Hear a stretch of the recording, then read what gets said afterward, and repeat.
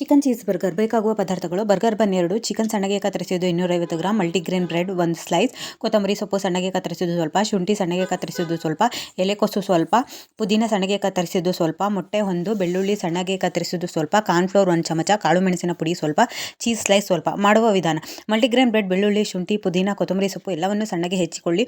Food processor ಇದ್ದರೆ ಅದಕ್ಕೆ ಹಾಕಿ ಸಣ್ಣಗೆ ಕತ್ತರಿಸಿಕೊಳ್ಳಿ.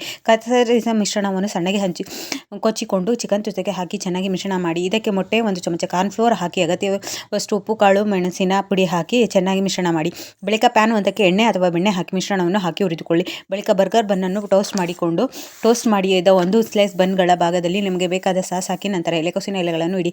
ಬಳಿಕ ಎಲೆಯಲ್ಲಿ ಹುರಿದುಕೊಂಡ ಮಸಾಲೆ ಪದಾರ್ಥವನ್ನು ಹಾಕಿ ಚೀಸ್ ಸ್ಲೈಸ್ಗಳನ್ನು ಇಡಿ. ಬಳಿಕ ಈರುಳ್ಳಿ ಹಾಗೂ ಟೊಮೊಟೊ ಸ್ಲೈಸ್ಗಳನ್ನು ಇಟ್ಟು ಮತ್ತೊಂದು ಸ್ಲೈಸ್ ಚೀಸ್ ಇಡಿ.